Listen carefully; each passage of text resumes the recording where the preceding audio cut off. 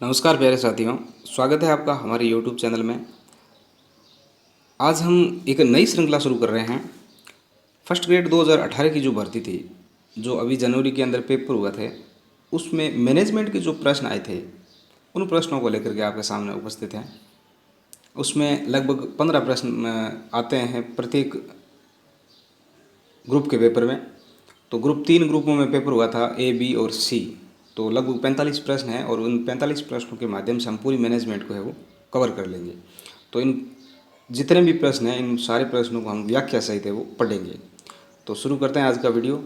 शुरू करने से पहले अगर आप हमारे चैनल पर पहली बार पधारे हैं तो प्लीज़ हमारे चैनल को सब्सक्राइब करें।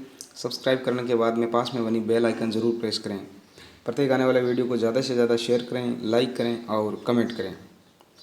तो इसमें पहला प्रश्न है मैनेजमेंट के संदर्भ में, विद्यालय मानचित्रण के संदर्भ में निम्नलिखित में से कौन सा कथन सही नहीं है?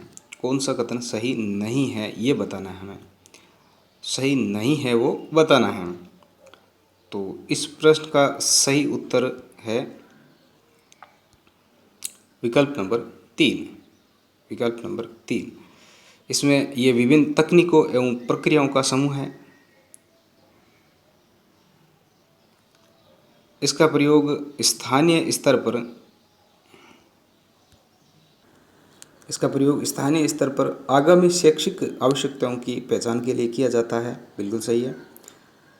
इसका लक्ष्य आगामी शैक्षिक आवश्यकताओं को पूरा करने के लिए उठाए जाने वाले कदम की योजना बनाना है।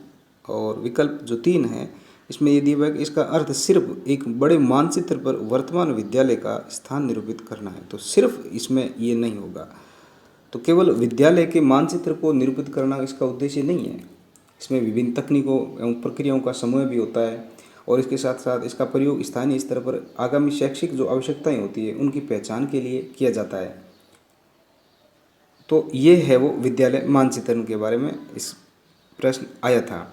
विद्यालय मानचित्रण की अगर बात करें तो ये फ्रांस में शुरू हुआ था। सबसे पहले फ्रांस देश जो था उसमें शुरू हुआ था 1963 के अंदर।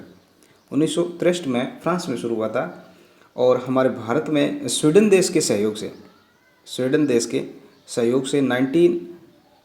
1992 में यह है वो शुरू हुआ था।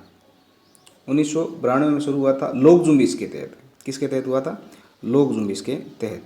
और लोक जुम्बिश को 2004 में वो बंद कर दिया था। 2004 में बंद कर दिया था।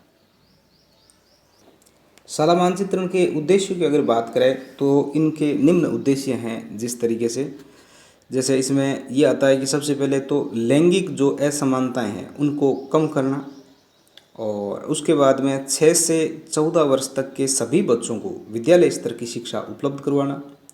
और आगे अगर देखें तो इसमें आता है कि शिक्षा में गुणात्मक सुधार करना। और देखें और दूसरा तो इसमें बाल केंद्रित शिक्षा हो और शिक्षा प्रबंधन के विकेंद्रीकृत ढांचे को मजबूत करना। ये इनके कुछ शाला मानचित्रण के उद्देश्य माने जाते हैं। कौन कौन से हैं? लैंगिक असमानताओं को कम करना, 6 से 14 वर्ष तक के सभी बच्चों को विद्यालय स्तर की शिक्षा उपलब्ध करवाना, शिक्षा में गुणात्मक सुधार करना और उसके साथ साथ बाल केंद्रित शिक्षा हो तथा शिक्षा प्रबंधन के विकेंद्रीकृत ढांचे को मजबूत करना। ये सारे है वो इस शाला मानचित्रण के उद्देश्य। इसके अलावा जैसे शाला मानचित्रण की क्या क्या आवश्यकताएं हैं, तो इसमें जैसे जन सहभागिता प्राप्त करने की आवश्यकता और उसके साथ साथ 6 से 14 वर्ष के बालकों को शिक्षा से जोड़ने की आवश्यकता, शैक्षिक नियोजन के लिए नामांकन व ठहराव सुनिश्चित करने के लिए तथा इसके साथ साथ शैक्षिक वंचित जो बालक होते हैं उनको सुविधा प्रदान करने के लिए। तो ये सारी चीज़ें हैं वो शाला मानचित्रण के आवश्यकताओं के संदर्भ में उपयुक्त मानी जाती है। उसके अलावा अगर शाला मानचित्रण के निर्माण प्रक्रिया की अगर हम बात करें तो इसमें क्या होता है कि एक कोर टीम होती है। कोर टीम में कम से कम 6 सदस्य होते हैं और अधिकतम है वो इसमें 22 सदस्य होते हैं। तो ये एक शाला मानचित्रण के रूप में शाला मानचित्रण जो टॉपिक था उसके बारे में बड़ी है वो जानकारी हमने आपको प्रोवाइड करवाई है। आगे के प्रश्न अगर हम देखें तो ये है कि शिक्षा का अधिकार कानून 2009 के अनुसार यदि कोई विद्यालय कंपटीशन शुल्क जिसे हम कह सकते हैं ट्यूशन फीस, कंपटीशन शुल्क ले रहा है, तब उसके लिए क्या दंड दिए जाने के प्रावधान है। यानी अगर आरटी 2009 के तहत अगर कोई विद्यालय कंपटीशन शुल्क अगर लेता है तो उसके लिए दंड क्या दिए गए हैं। तो इसमें आपके प्रश्न का सही उत्तर होगा विकल्प नंबर 1। इसमें जो फीस लेता है लिए गए प्रति व्यक्ति शुल्क के 10 गुना तक अर्थदंड दिया जाता है। 10 गुना, ये ध्यान रहे, 10 गुना।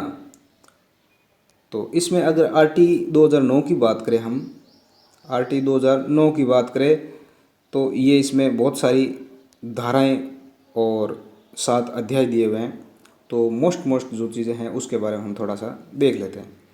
हुआ क्या था, आरटी जो 2009 था वो 1 अप्रैल 2010 को 1 अप्रैल 2010 को जम्मू कश्मीर J&K को छोड़कर संपूर्ण भारत में लागू हो गया था।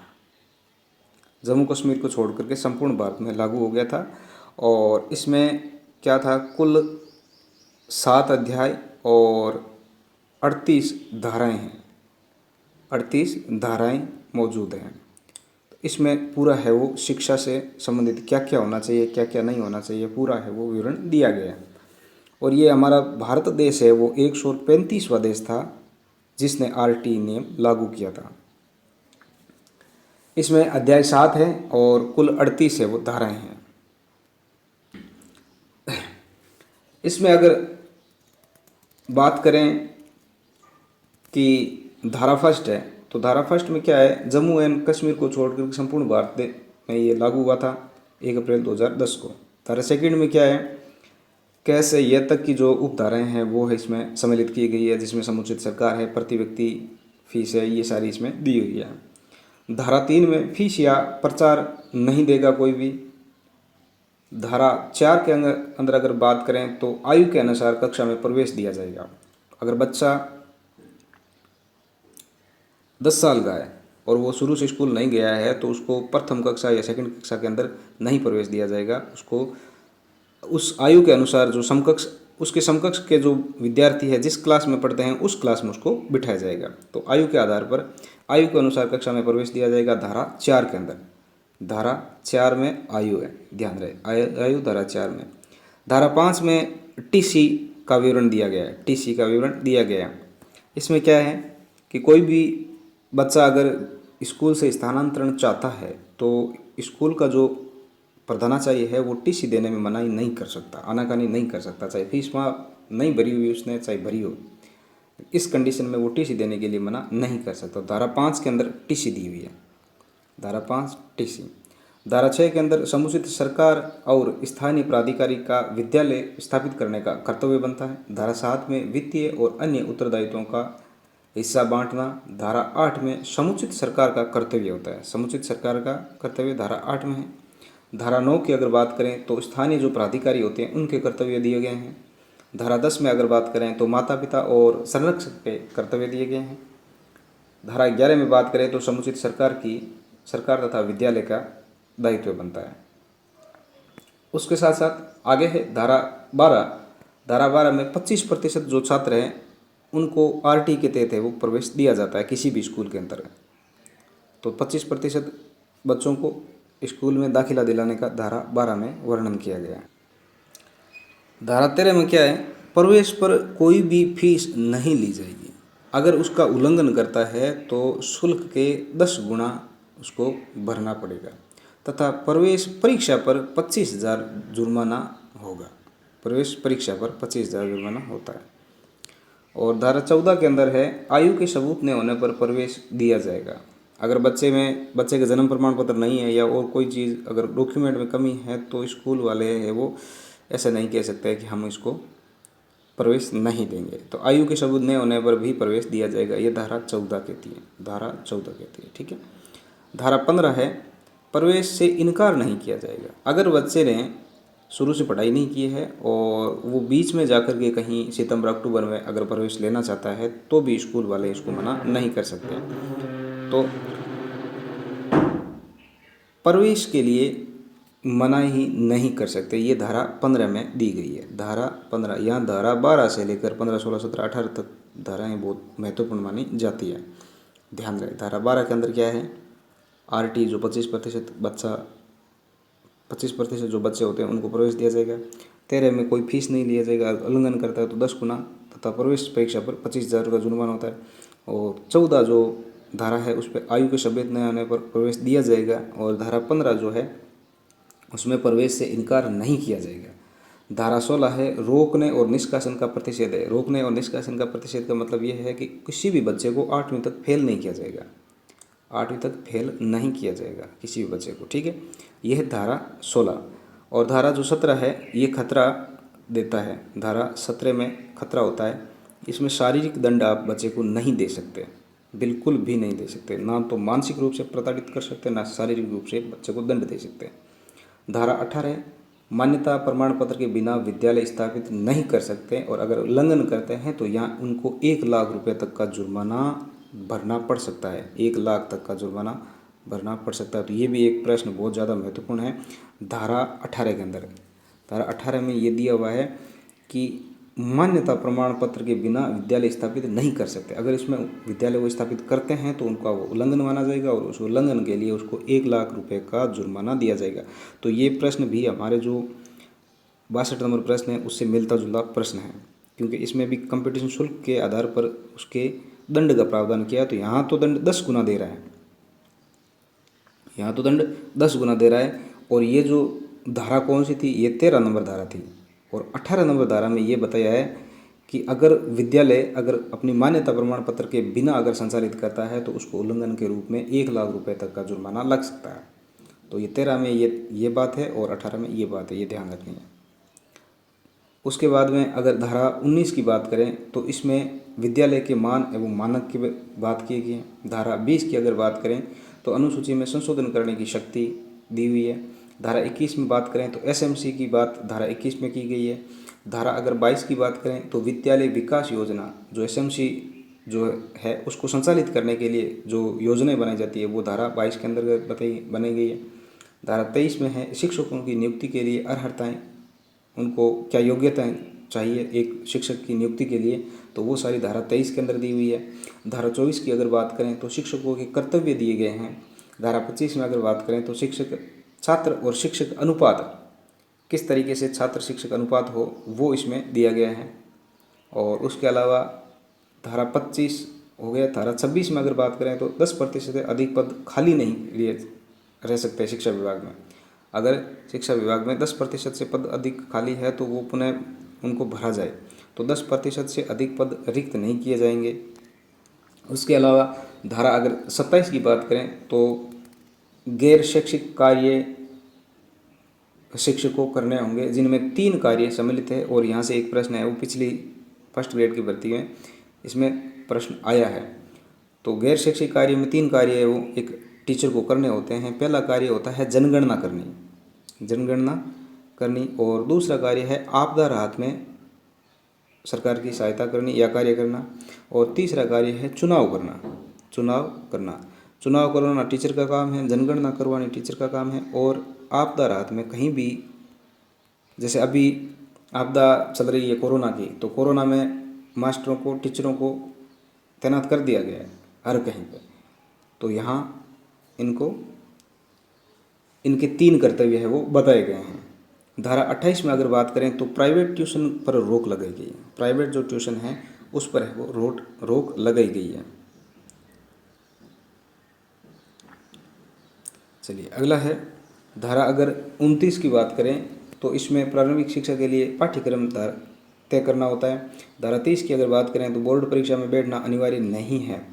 किसी भी बच्चे को 8वीं तक बोर्ड परीक्षा में बैठना अनिवार्य नहीं है, ये धारा 30 कहती है। और धारा 31 है शिक्षा के लिए मॉनिटर करना, और धारा 32 बालकों की शिकायतें दूर करना। धारा 33 राष्ट्रीय सलाहकार परिषद का गठन करना, और धारा 34 है वो राज्य सलाहकार परिषद का गठन करना। यानी धारा 33 और 34 में राज्य और राष्ट्रीय और राज्य की बात की गई है। पहले राष्ट्र आता है, ध्यान रहे, पहले राष्ट्र आता है और उसके बाद में राज्य आता है। हमारा सबसे पहला कर्तव्य राष्ट्र के लिए समर्पित होना बनता है। तो धारा 33 जो है वो राष्ट्रीय सलाहकार परिषद का गठन करती है और धारा 34 है वो राज्य सलाहकार परिषद का गठन करती है। धारा 35 निर्देश जारी करने की शक्ति है और उसके अलावा 36 और ये सारी है वो धाराएं हमने बता दी हैं। तो आरटी 2009 की विशेष बातें जो हमने जो धाराएं थी उनके बारे में हमारा आपको अध्ययन इस प्रश्न के माध्यम से बता दिया। और आगे प्रश्न है कि कौन सा निम्नलिखित में से कौन सा शिक्षा का अधिकार कानून 2009 के संदर्भ में सही नहीं है। यानी ये धाराओं से संबंधित पूछ लिया है क्योंकि अभी हमने सारी धाराओं के बारे में जाना था और यही धाराओं के संबंधित एक प्रश्न है वो पूछा गया है। तो इसमें क्या है, देखो इसका भाग 17 बच्चों की दंड से रक्षा करता है। बिल्कुल 17 में दंड नहीं दे सकते तो ये दंड के सुरक्षा करवाता है, बच्चों की दंड से रक्षा करता है। और उसके बाद में ये 3 नंबर है, इसके भाग 21 में विद्यालय प्रबंध समिति का प्रावधान है यानी एसएमसी का प्रावधान दिया गया है। ठीक है। धारा 28 में इसके भाग 28 में शिक्षकों को निजी ट्यूशन को निषिद्ध करता है। बिल्कुल 28 में धारा हमने पढ़ी थी कि कोई भी शिक्षक है वो प्राइवेट ट्यूशन नहीं करा सकता, प्राइवेट ट्यूशन नहीं करा सकता। और धारा जो इसका भाग 14 में प्रति व्यक्ति शुल्क संग्रहण का निषेध करता है। तो प्रति व्यक्ति शुल्क का संग्रहण का निषेध करता है, ये इस भाग 14 की नहीं है। जबकि 14 में क्या है, 14 में तो यह है कि आयु के सबूत न होने पर प्रवेश दिया जाएगा। प्रति व्यक्ति शुल्क की तो बात धारा 13 के अंदर दी गई है, धारा 13 में बात होती है इसमें। तो इस प्रश्न का सही उत्तर होगा विकल्प नंबर 2। चलिए अगला प्रश्न है, केंद्रीय बजट 2018-9 में सर्व शिक्षा अभियान को समाहित कर दिया गया था। सर्व शिक्षा अभियान को किस में समाहित कर दिया गया, SSA को किस में समाहित कर दिया गया था। तो इस प्रश्न का सही उत्तर होगा विकल्प नंबर 3, समग्र शिक्षा अभियान में समसा दिया गया है। चलिए अगला है, स्थानीय स्तर पर विद्यालय मानचित्रण तैयार करने के लिए विभिन्न कार्यों का सही क्रम कौन सा है। तो इस प्रश्न का सही उत्तर होगा विकल्प नंबर 1, विकल्प नंबर 1। इसमें सबसे पहले निदान, उसके बाद प्रक्षेपण और उसके बाद में प्रस्ताव पास किया जाता है। चलिए अगला प्रश्न है, निम्नलिखित में से कौन सा हेनरी फेयोल द्वारा दिए गए प्रबंधन के कार्य में समाहित नहीं है। हेनरी फेयोल और एक आता है लुथर गुलिक।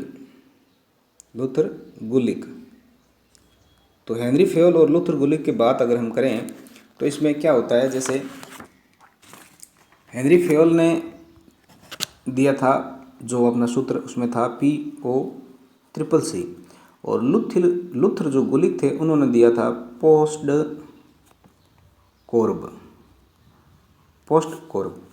तो हेनरी फेयोल के जो POCCC जो 5 इन्होंने सूत्र दिए थे, 5 जो प्रबंधन के कार्य बताए थे, इनमें से कौन सा है वो नहीं है। तो P का उन्होंने बताया था प्लानिंग, P का तात्पर्य होता है प्लानिंग, और O का है ऑर्गेनाइजेशन, C का है कमांड, और दूसरे C का है कंट्रोल, और तीसरे C का है कोऑर्डिनेशन। तो इसमें P का प्लानिंग होता है, तो प्लानिंग को हिंदी में कहते हैं योजना निर्माण, ऑर्गेनाइजेशन को हिंदी में कहते हैं संगठन, COCCC इसमें क्या है 3 C है। तो कमांड, कंट्रोल और कोऑर्डिनेशन इनका एक सीक्वेंस है, वही वर्णों के अनुसार। कमांड है तो COM आता है, और कंट्रोल है CON आता है, और कोऑर्डिनेशन COO आता है। तो कमांड सबसे पहले आएगा। तो कमांड का मतलब होता है निर्देश, कंट्रोल का मतलब होता है नियंत्रण, और कोऑर्डिनेशन का मतलब होता है समन्वय। उसके बाद में लुथर गुलिक का है, वो है पोस्ट कोर्ब। तो इन्होंने भी वही सेम ही दिया, जैसे P का हो जाएगा प्लानिंग अर्थात योजना निर्माण, O का हो जाएगा ऑर्गेनाइजेशन संगठन, और S का हो जाएगा स्टाफिंग मतलब नियुक्ति, D का हो जाएगा डायरेक्शन अर्थात निर्देशन, CO, यहाँ CO साथ में लेना है। CO का तात्पर्य हो जाएगा कोऑर्डिनेशन, इसका मतलब होता है हिंदी में समन्वय। R का हो जाएगा रिपोर्टिंग, अर्थात रिपोर्टिंग का आलेखन। और B का हो जाएगा बजटिंग, अर्थात बजट निर्माण। तो अब हम इस प्रश्न को देखते हैं। तो ये देखें कि हेनरी फेयल के द्वारा दिए गए प्रबंधन के कार्यों में समाहित नहीं है। तो योजना निर्माण तो है, बिल्कुल है, प्लानिंग। और संगठन ऑर्गेनाइजेशन है। समादेश का तात्पर्य होता है इसमें कमांड, निर्देशन। तो समादेश है, ये देखो कमांडिंग पड़ा। इसमें हिंदी के अंदर अगर कन्फ्यूज हो तो इंग्लिश में देखने से पता चल जाएगा। कमांडिंग, प्लानिंग है, ऑर्गेनाइजेशन है, कमांडिंग है। लेकिन बजटिंग हमने लुथर गुलिक के बजट प्रबंधन के कार्यों में देखा है, जबकि हेनरी फेयल के प्रबंधन के कार्यों में बजटिंग नाम नहीं आता है। तो ये जो इस प्रश्न का सही उत्तर हो जाएगा विकल्प नंबर 4। बजट निर्माण है वो किस में आएगा? लुथर गुलिक का, ध्यान रहे। तो इस तरीके से इन दोनों के जो प्रबंधन के कार्य है वो हमें याद होने चाहिए। विद्यालयों में वियोजन की संस्कृति के संदर्भ में निम्नलिखित में से कौन सा कथन सही नहीं है? निम्नलिखित में से कौन सा कथन सही नहीं है? तो इस प्रश्न का सही उत्तर होगा विकल्प नंबर 3। ये शिक्षकों को संस्थानिक संवर्धन के सामूहिक कार्यक्रमों में अधिक सहयोगी बनाने के लिए तो प्रोत्साहित करता है। चलिए अगला प्रश्न है, राजस्थान में विद्यालय एवं अध्यापक शिक्षा के योजना निर्माण, क्रियान्वयन एवं मूल्यांकन के लिए सर्वोच्च शैक्षिक संगठन कौन सा है? राजस्थान में विद्यालय एवं अध्यापक शिक्षा के योजना निर्माण, क्रियान्वयन एवं मूल्यांकन के लिए सर्वोच्च शैक्षिक संगठन, एकेडमिक ऑर्गेनाइजेशन है वो कौन सा है? तो यहाँ थोड़ी सी कन्फ्यूजन हो रही है, तो इंग्लिश वाला देख लें। SIERT shirt Udaipur, IASE Bikaner, diet Jaipur और RIE अजमेर। तो इस प्रश्न का सही उत्तर होगा विकल्प नंबर 1। जो सिर्फ है ये उदयपुर वाला, ये राजस्थान के शिक्षा योजना निर्माण, क्रियान्वयन, मूल्यांकन के लिए सर्वोच्च शैक्षिक संगठन माना जाता है। केंद्र स्तर पर जैसे NCERT काम करता है उसी तरह से हमारे राज्य के अंदर ये सिरत है वो कार्य करता है। तो इसके बारे में थोड़ा देख लेते हैं कि ये कहाँ है। ये है उदयपुर के अंदर। कहाँ है? उदयपुर में। उदयपुर में प्रोफेसर मेहरोत्रा समिति की सिफारिश पर 11 नवंबर 1978 को इसकी स्थापना हुई मानी जाती है। ये राज्य की सर्वोच्च शैक्षिक संगठन संस्था मानी जाती है और ये एक स्वायत्त शासी संस्था है, ये ध्यान रखना।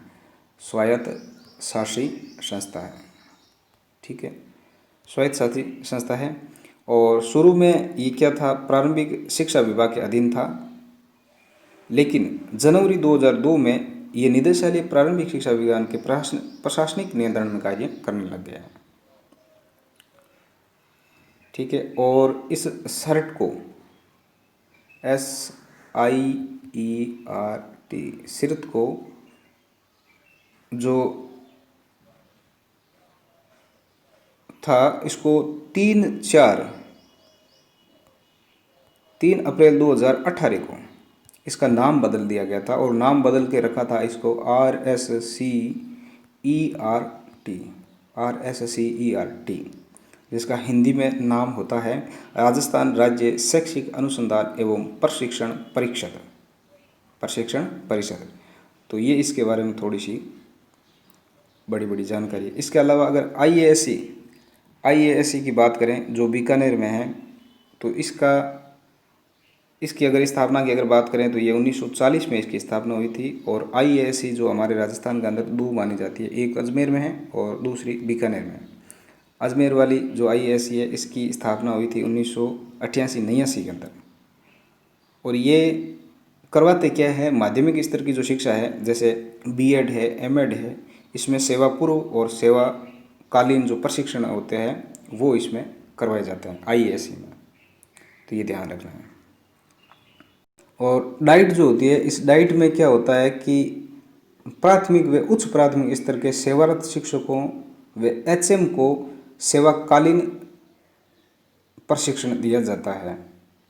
सेवाकालीन और सेवारत प्रशिक्षण है वो दिया जाता है डाइट के अंदर, प्राथमिक व उच्च प्राथमिक। जबकि आईएएससी में माध्यमिक स्तर के प्रशिक्षण है वो दिए जाते हैं, सेवाकालीन और सेवा पूर्व प्रशिक्षण दिए जाते हैं। अब RIE के बारे में अगर बात करें तो ये एक बहुत ही विस्तृत टॉपिक है, इसके बारे में थोड़ा सा हम देख लेते हैं। RIE, इसका नाम होता है RIE, regional institutes of education. इससे संबंधित इस परीक्षा में 2 प्रश्न आए, इसलिए मैंने इस टॉपिक को पूरे से ले लिया है। इसकी स्थापना जुलाई 1963 में हुई थी और भारत सरकार के एक बहुउद्देशीय विद्यालयों के शिक्षकों व्यावहारिक एवं वैज्ञानिक पद्धति से प्रशिक्षण प्रदान करने के लिए NCERT के 4 क्षेत्रीय शिक्षा महाविद्यालयों की स्थापना की गई है तथा 1995 में इन्हें क्षेत्रीय शिक्षा संस्थान RIE के नाम से जाना जाने लगा। इसी समय 5वें RIE की स्थापना कहाँ हुई थी? शिलोंग कहाँ है? मेघालय में इसकी स्थापना हुई थी। 5वें की है, 5 वर्तमान में 5 है और इसकी 5वें की 1995 में स्थापना हुई थी। ये NCERT का एक अभिन्न अंग है जो शिक्षक प्रशिक्षण के क्षेत्र में कार्य करता है। चलिए आगे है, इसके प्रमुख संस्थान है उसके बारे में देख लेते हैं। जो 5 शैक्षिक संस्थान हैं जो ये भारत के मैप में अंदर है, इसमें क्या है, उत्तर भारत का जो है वो राजस्थान अजमेर है, और अगर पश्चिम भारत की अगर बात करें तो ये भोपाल मध्य प्रदेश का है। दक्षिण भारत की अगर बात करें तो मैसूर कर्नाटक का है, और अगर पूर्वी भारत की अगर बात करें तो ये भुवनेश्वर उड़ीसा में है, और उत्तर पूर्वी भारत की अगर बात करें तो ये शिलोंग मेघालय में है। तो ये इनमें भारत में 5 है वो प्रमुख संस्थान दिए गए हैं, शैक्षिक क्षेत्रीय संस्थान। इसके अंतर्गत कौन कौन से आते हैं, यहाँ से एक प्रश्न पूछा गया था। इसमें उत्तर भारत में कार्यालय अजमेर वाला है जो राजस्थान में स्थित है, और इसमें जो विद्यालय है, विश्वविद्यालय है वो आता है, ये महर्षि दयानंद विश्वविद्यालय आता है अजमेर के अंदर। और इसका कार्य क्षेत्र है राजस्थान, पंजाब, हरियाणा, उत्तर प्रदेश, उत्तराखंड, हिमाचल प्रदेश, जम्मू कश्मीर, दिल्ली और चंडीगढ़, ये सारे इसके कार्य क्षेत्र के अंतर्गत आते हैं। पश्चिम भारत जो का कार्यालय है उसमें मध्य प्रदेश का भोपाल कार्यालय स्थापित है। इसके विश्वविद्यालय की अगर बात करें तो बरकतुल्ला विश्वविद्यालय भोपाल माना जाता है। कार्य क्षेत्र मध्य प्रदेश, छत्तीसगढ़, गुजरात, महाराष्ट्र, गोवा, दादर नागर हवेली और दमन दीव। दक्षिण भारत की अगर बात करें तो ये मैसूर कर्नाटक की इसका कार्यालय माना जाता है, और अगर विश्वविद्यालय की बात करें तो मैसूर विश्वविद्यालय कर्नाटक। कार्य क्षेत्र में केरल, कर्नाटक, तमिलनाडु, आंध्र प्रदेश, तमिलनाडु, पांडिचेरी और लक्षद्वीप। पूर्वी भारत की अगर बात करें तो पूर्वी भारत का कार्यालय भुवनेश्वर उड़ीसा के अंतर्गत है। इसमें विश्वविद्यालय जो है उत्कल विश्वविद्यालय भुवनेश्वर है, उड़ीसा में ऊ आता है, और इसका विश्वविद्यालय है वो भी उत्कल से ऊ से माना शुरू होता है। इस तरीके से हमें याद रखना है। उत्तर पूर्वी में जो है वो शिल्लांग मेघालय, ये नवीनतम है, 1995 का शिक्षा संस्थान है, 1995 का है, तो ये नवीनतम माना जाता है। बाकी सारे चारों हैं वो 1963 में स्थापित हुए थे। तो इसमें असत्य कथन पूछा था, वो आगे के प्रश्नों में हम देख लेंगे। तो इसमें कौन से आता है, विश्वविद्यालय नॉर्थ ईस्ट हिल विश्वविद्यालय शिल्लांग, और इसके कार्य क्षेत्र में मेघालय, असम, अरुणाचल प्रदेश, मणिपुर, सिक्किम, त्रिपुरा, नागालैंड और मिजोरम, ये सारे इसके अंतर्गत आते हैं। चलिए वापस लौटते हैं पुनः उसी प्रश्न। चलिए अगला प्रश्न है, सेवाकालीन शिक्षक प्रशिक्षण हेतु निम्नलिखित में से कौन सा जिला CTE जो शिक्षक प्रशिक्षण महाविद्यालय हटुंडी उसके अंतर्गत नहीं आता है? शिक्षक प्रशिक्षण महाविद्यालय हटुंडी के अंतर्गत नहीं आता है। तो इस प्रश्न को देखने से पहले एक बार इसमें देख लेते हैं। तो शिक्षक शिक्षा महाविद्यालय ये है, इससे संबंधित एक प्रश्न पूछा गया है। तो इसमें अगर देखें तो इसकी माध्यमिक स्तर के शिक्षक प्रशिक्षण संस्थानों का स्तर ऊपर उठाने के लिए CTE की संकल्पना दी गई है। राष्ट्रीय शिक्षा नीति 1986 के अनुसार शिक्षक प्रशिक्षण के लिए CTE की स्थापना की गई तथा CTE का चयन शिक्षक प्रशिक्षण कॉलेज TTC से किया जाता है, अर्थात अधिक गुणवत्ता वाले प्रशिक्षण संस्थानों को CTE का दर्जा दिया जाता है, जिसमें राजस्थान में 8 शिक्षक प्रशिक्षण महाविद्यालय माने गए हैं, जिसको हम TT कॉलेज कहते हैं, TT कॉलेज कहते हैं। तो राजस्थान में कितने हैं? 8 हैं। तो इसमें कौन कौन से जिले सम्मिलित है उसके बारे में प्रश्न पूछा गया है। तो देखें सारे ही देखें तो विद्या भवन कला संस्थान शिक्षक शिक्षा महाविद्यालय उदयपुर, इसके अंतर्गत कौन कौन से जिले आते हैं? उदयपुर, प्रतापगढ़, झालावाड़ और सिरोही। कौन कौन से? उदयपुर, प्रतापगढ़, झालावाड़, सिरोही। ये विद्या भवन कला शिक्षा संस्थान महाविद्यालय उदयपुर के अंतर्गत आता है। गांधी विद्या मंदिर शिक्षक शिक्षा महाविद्यालय सरदार से शुरू, इसमें एक तो आता है चूरू, झुंझुनू और सीकर, ये शेखावाटी के लिए दिया गया। चूरू, झुंझुनू और सीकर, चूरू, झुंझुनू, सीकर, ध्यान रहे। शाह गोवर्धन लाला काबरा शिक्षक शिक्षा महाविद्यालय जोधपुर, इसमें कौन कौन से जिले आते हैं? बाड़मेर, जैसलमेर, जालोर और पाली। पाली कौन कौन से आते हैं? शाह गोवर्धन लाला काबरा शिक्षक शिक्षा महाविद्यालय जोधपुर, इसमें जोधपुर, बाड़मेर, जैसलमेर, जालोर और पाली। लोकमान्य बाल गंगाधर तिलक या लोकमान्य तिलक जो डबोक उदयपुर के अंदर है, उदयपुर के अंदर दो हो गया, एक तो विद्या भवन कला संस्थान है और दूसरा लोकमान्य तिलक है। तो उसमें तो था आपके उदयपुर, प्रतापगढ़, झालावाड़, सिरोही। इसके अंदर उदयपुर के दूसरे जो जिले हैं संभाग के, डूंगरपुर, बांसवाड़ा, चित्तौड़गढ़ और राजसमंद, ये आते हैं। हरिभाऊ उपाध्याय अटुंडी जो अजमेर के अंदर है, उसमें कौन कौन से जिले आए थे? नागौर, भीलवाड़ा और टोंक, ये 3 जिले इसमें सम्मिलित हैं। तो ये प्रश्न अपने आया था। नागौर, भीलवाड़ा, टोंक। ग्रामोत्थान विद्यापीठ सिटी संग्रिया हनुमानगढ़, इसमें गंगानगर और हनुमानगढ़ 2 ही है, ध्यान रहे ग्रामोत्थान विद्यापीठ में। और आर्य विद्यापीठ सिटी जो भुसावल भरतपुर में है, इसमें भरतपुर, धौलपुर, सवाई माधोपुर और करौली, भरतोक, सवाई, तो भरतपुर, धौलपुर, सवाई माधोपुर और करौली, ये इसमें आर्य विद्यापीठ भुसावल भरतपुर में दिए आए हैं। श्री अग्रसेन केशव विद्यापीठ सिटी जामडोल जयपुर में 2001-2 में स्थापना हुई थी जिसकी, ये जयपुर, दौसा, अलवर, बूंदी, ये इसमें आते हैं। इसमें गोपी कृष्ण पीरामल बगड़ झुंझुनू वर्तमान में से पुणे बीएड कॉलेज बना दिया गया, पहले जो सिटी था। चलिए अभी वर्तमान राजस्थान में 8 ही है। कहाँ कहाँ है? 2 उदयपुर में है, एक हनुमानगढ़ में है, एक अजमेर में है, जोधपुर, चूरू, बीकानेर, तो पुनः प्रश्न था सेवाकालीन प्रशिक्षण है तो निम्नलिखित में से कौन सा जिला सीटीई शिक्षक प्रशिक्षण विद्यालय अटुंडी के अंतर्गत नहीं आता है? तो अटुंडी के अंतर्गत, अटुंडी वर्तमान अजमेर में है, तो इसमें टोंक आता है, नागौर आता है, भीलवाड़ा आता है, कोटा नहीं आता है, कोटा नहीं आता है। तो इस प्रश्न का सही उत्तर होगा विकल्प नंबर 4। अगला प्रश्न है, भारत में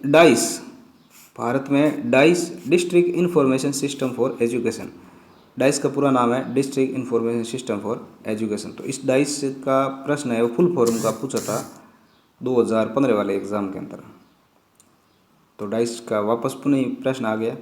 तो भारत में dice district information system for education का प्रथम प्रारूप निम्न में से किस वर्ष जारी किया गया था? तो इस प्रश्न का सही उत्तर होगा विकल्प नंबर 3। 1995 में वो इसका प्रथम प्रारूप है वो तय किया गया था। डाइस योजना 1995 में यूनिसेफ के वित्तीय सहयोग से न्यूपा के माध्यम से चलाई जाती है और इसका संचालन वो न्यूपा के EMIS विभाग जो है EMIS जो न्यूपा का 8वां विभाग माना जाता है उसमें ये दिया गया है। इसका DPEP में प्रयोग 1995 में हुआ था, ये बात ध्यान रखनी है। DPEP में 1995 में प्रयोग इसका हुआ था। चलिए अगला प्रश्न है, एक EMIS के विकास का प्रथम चरण है, तो इस प्रश्न का सही उत्तर होगा विकल्प नंबर 1, लक्ष्य एवं उद्देश्यों को परिभाषित करना। अगला प्रश्न है, SIERT उदयपुर द्वारा किए गए डाइट रैंकिंग 2017 के अनुसार निम्नलिखित में से कौन सा डाइट प्रथम स्थान पर है? तो इस प्रश्न का सही उत्तर होगा विकल्प नंबर 4, डाइट नागौर है वो इसका, ये प्रथम स्थान पर माना गया है। करंट से संबंधित प्रश्न आ गया था। भारत की प्रथम डाइस परियोजना का निम्नलिखित में से किस अंतर्राष्ट्रीय संस्था द्वारा वित्तीय सहायता प्रदान की गई? तो अभी हमने बता दिया था यूनिसेफ। क्या होगा इसका उत्तर? यूनिसेफ। चलिए डाइस अंतर्राष्ट्रीय वित्तीय सहायता किससे प्राप्त हुई थी? यूनिसेफ के द्वारा। चलिए अगला प्रश्न है, निम्नलिखित में से किस समिति की अनुशंसा के आधार पर SIERT उदयपुर की स्थापना की गई है? तो इस प्रश्न का उत्तर हमने पहले व्याख्या में पढ़ लिया है। तो मेहरोत्रा समिति की सिफारिश पर SIERT की स्थापना उदयपुर के अंदर 11 नवंबर 1978 को की गई थी। 11 नवंबर 1978 को की गई थी, ध्यान रहे। अगला और अंतिम प्रश्न है, क्षेत्रीय शिक्षा संस्थान RIE अजमेर के संबंध में निम्नलिखित में से कौन सा कथन सही नहीं है? हमने इसको विस्तार से पढ़ लिया है, तो इसके बारे में हमें असत्य कथन बताना है। तो RIE अजमेर की स्थापना 1963 में की गई थी, बिल्कुल प्रथम चरण में हो गई थी। अंतिम चरण जो शिलोंग मेघालय में है उसको 1995 में हुआ था, जबकि 4 जो पहले के थे उनकी स्थापना 1963 में हो गई थी। चलिए आगे है, अगला विकल्प है इसका, ये MDS विश्वविद्यालय अजमेर से संबंधित है। बिल्कुल ये MDS विश्वविद्यालय से संबंधित है, MDS विश्वविद्यालय से संबंधित है। और अगला है, इसका प्रबंधन एवं नियंत्रण NCERT करता है। NCERT करता है, बिल्कुल NCERT ही करता है। इसका प्रबंधन और नियंत्रण NCERT करता है। और इस संस्थान में प्रवेश राज्य संयुक्त प्रवेश परीक्षा द्वारा किया जाता है। ये इस प्रश्न का सही उत्तर होगा। और इस कथन के संदर्भ में, इस अजमेर वाले RIE के संदर्भ में ये गलत कथन है। तो इस संस्थान में प्रवेश राजस्थान संयुक्त प्रवेश परीक्षा द्वारा नहीं लिया जाता है, किसी भी तरीके से कोई प्रवेश परीक्षा इसमें नहीं ली जाती है। तो इस प्रश्न का सही उत्तर होगा विकल्प नंबर 2। तो ये आपके आज का पेपर है, वो जो RPSC फर्स्ट ग्रेड 2018 की भर्ती थी, जिसका 3 जनवरी 2020 को पेपर हुआ था, बहुत जद्दोजहद के बाद में। तो उसके 15 प्रश्न हमने व्याख्या सहित आपको प्रोवाइड करवाए हैं। इसमें अगर कोई त्रुटि रह गई हो तो आप हमें कमेंट बॉक्स में कमेंट करके ज़रूर बतावें। बहुत मेहनत करके वीडियो बनाया गया है, इसको ज़्यादा से ज़्यादा शेयर करें, लाइक करें और कमेंट करें। मिलते हैं अगले वीडियो में, तब तक के लिए नमस्कार, जय हिंद।